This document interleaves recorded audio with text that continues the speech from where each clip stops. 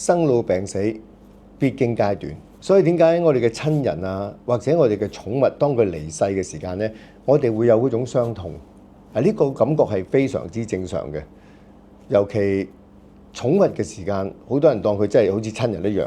但係留意下寵物呢，佢同人類嘅壽命呢係相差好遠。所以當一啲人佢有呢個情況嘅時間呢，佢會感受到嗰種傷痛，嗰種痛心。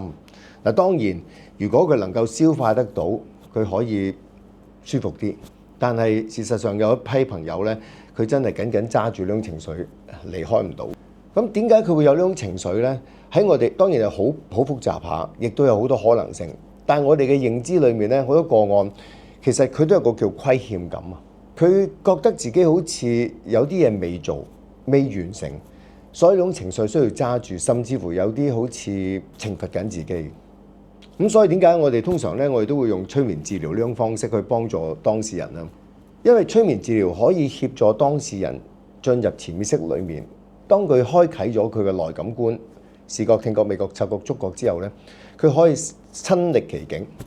佢可以去重新改寫，甚至乎將成件事變得圓滿。當完結咗嘅時間，佢嗰種內疚感啊、虧欠感呢就會消失，隨之而來嗰種傷痛感呢都會慢慢咁消退。所以有時傷痛呢唔處理呢，真係影響一生嘅。希望呢種資訊可以幫到大家啦。我哋下次見。